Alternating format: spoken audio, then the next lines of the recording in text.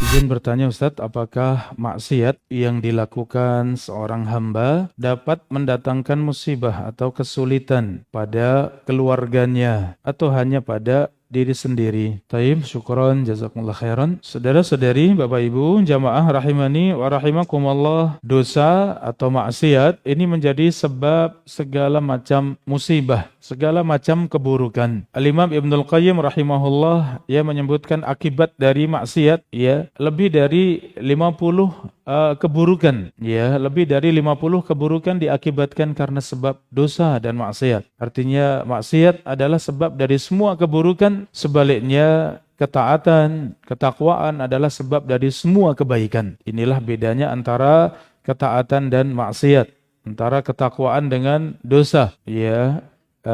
Dosa dan maksiat ini menjadi sebab semua keburukan, sedangkan ketaatan, ketakwaan menjadi sebab semua kebaikan. Jamaah rahimani wa rahimakumullah. Kemudian akibat dari maksiat, tentu yang menanggung maksiat tersebut adalah diri sendiri. Wala taziru waziratun wizra ukhra. Dan satu dosa tidak Allah timpakan kepada orang lain. Ya, Allah mengatakan satu dosa tidak akan Allah timpakan kepada orang lain. Artinya dosa itu kembali kepada diri sendiri. Ini jamaah rahimani wa rahimakumullah.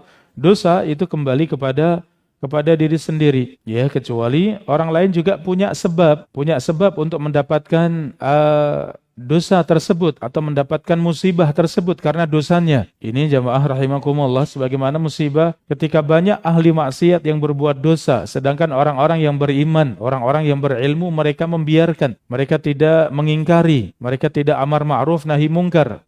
Maka apa yang terjadi ketika Allah menurunkan musibah itu mengena semuanya, baik itu yang ahli maksiat maupun orang-orang yang saleh, orang-orang yang taat. Ahli maksiat jelas karena maksiatnya. Orang-orang soleh ikut terkena musibah karena apa? Karena sisi, ya, kurangnya. Ketika ia tidak mengingkari dosa tersebut, ia tidak berusaha untuk amar ma'ruf nahi mungkar, maka ia terkena imbas dari dosa tersebut. Ya, atau mungkin karena sebab dosa-dosa yang lain, dosa yang lampau, dosa di masa yang lalu, sehingga ia pun terkena dari musibah tersebut. Ini jamaah rahimakumullah. Sehingga seorang ketika berbuat dosa, apakah kemudian akan menimpa juga yang lain? Kalau kemudian yang lain juga memiliki sebab untuk mendapatkan musibah tersebut, maka bisa mengena yang lain. Kalau tidak, maka pada asalnya bahwa satu dosa tidak akan ditimpakan kecuali kepada pelakunya. Allahu ta'ala a'lam.